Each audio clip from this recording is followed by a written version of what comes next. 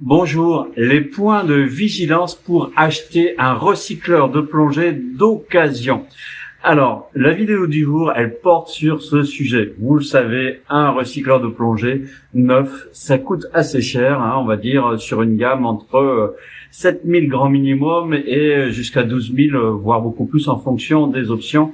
Et bien sûr, on peut être tenté par le marché de l'occasion. Alors, il faut faire très attention à ce que vous achetez parce que c'est quand même ce avec quoi vous allez respirer. Et il faut savoir qu'un recycleur, ça s'entretient. Alors là, le but du jeu, ça va être de vous prévenir de quelques points à vérifier. Déjà, des factures d'entretien, c'est pas mal. Et puis, quelques points de vigilance. Moi, par exemple, je vais mettre en vente ce recycleur AP Diving, un EVP qui est un super recycleur. Pourquoi je le mets en vente? Tout simplement parce que je préfère utiliser mon Revo qui est beaucoup plus large en utilisation, même si l'AP Diving c'est un super recycleur avec lequel on respire bien, il est full électronique, full automatique. Ce que j'aime bien chez le Revo, c'est surtout sa densité. C'est un recycleur qui est léger mais qui est dense, qui ne nécessite pas de lestage. Ou là où malheureusement l'AP Diving avec sa belle caisse en plastique qui est sympathique, mais oblige à beaucoup de lestage. Donc personnellement, moi j'aime bien les configurations tout en un.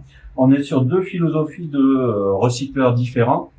Ici vraiment le recycleur multi-usage, recycleur électronique bourré d'automatisme avec une électronique qui est géniale. Celui-ci recycleur, le Revo, donc recycleur un peu plus pointu, mode hybride, mais donc qui marie le monde du manuel et de l'électronique, mais qui permet, en cas de pépin, de toujours s'en sortir. Là où, avec le recycleur électronique, si l'électronique lâche, on est toujours en difficulté, on ne peut pas plonger. Donc, quels sont les points de vigilance? Déjà, un tout bête, c'est vérifier les mushroom valves, les valves champignons. Vérifier ici que je peux pas souffler de ce côté-là et je n'arrive pas à inspirer. C'est la première chose. Ensuite, sur un recycleur, on a bien sûr des détendeurs. Et ces détendeurs, c'est comme tout détendeur. Il faut que ce soit révisé, révisé régulièrement tous les ans. Donc ça, c'est aussi des points de vigilance. Parce que si un recycleur permet d'économiser du gaz, dès qu'on a une fuite, ça devient la panade, en fait. Ensuite, c'est vérifier, alors où est-ce que je l'ai mis, vérifier tout ce qui est cellules.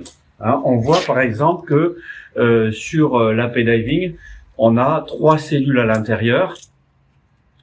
Sur le Revo, on en a 5. Et tout ça, il faut que ce soit changé à peu près tous les 18 mois, pas plus. Rien ne sert d'essayer de faire des fausses économies sur les cellules, il faut les changer régulièrement. Donc ça, il faut être très très vigilant par rapport à ça. C'est pour ça que généralement, il vaut mieux avoir un recycleur qu'on achète avec une révision qui va être faite pour la vente. Comme ça va être le cas de celui-ci. Je ne ferai la révision que une fois qu'il sera vendu. Ensuite, c'est contrôler l'historique du recycleur. Là, par exemple, je suis en train d'allumer ma tête de l'AP Diving qui elle-même doit être recyclée, révisée régulièrement. Là, vous l'entendez crier, c'est probablement parce que les cellules, justement, commencent à dater. Et donc, il me fait une alerte. Donc ça, c'est quelque chose pour un AP Diving, vérifier que la tête a été révisée, c'est-à-dire renvoyée en usine pour s'assurer que tout fonctionne correctement. Ensuite, vous pouvez bien sûr regarder l'historique, comme c'est le cas ici. C'est ce que je suis en train de faire. Pour constater ici que sur ce recycleur, par exemple, qui a quelques années, il a été très très peu utilisé, juste sur quelques formations. Et donc, on va retrouver simplement une 60aine de plongées réalisées. Donc ça, c'est bien de vérifier combien de plongées a fait le recycleur. Je vais l'éteindre parce que effectivement, là, il me dit ça fait du bien. Il me dit que les cellules sont mortes.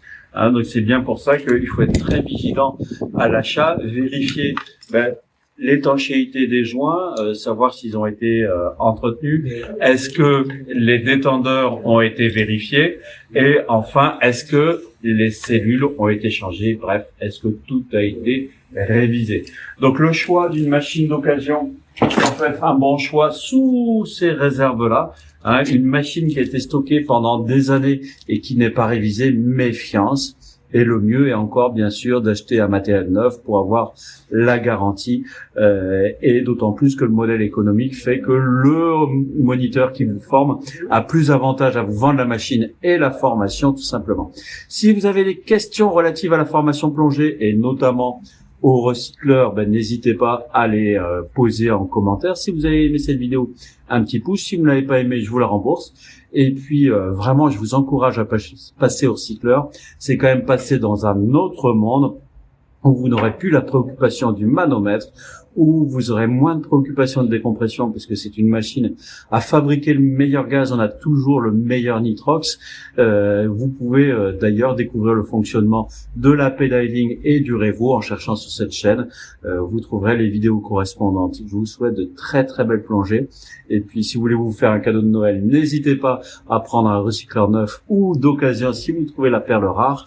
Et à très bientôt.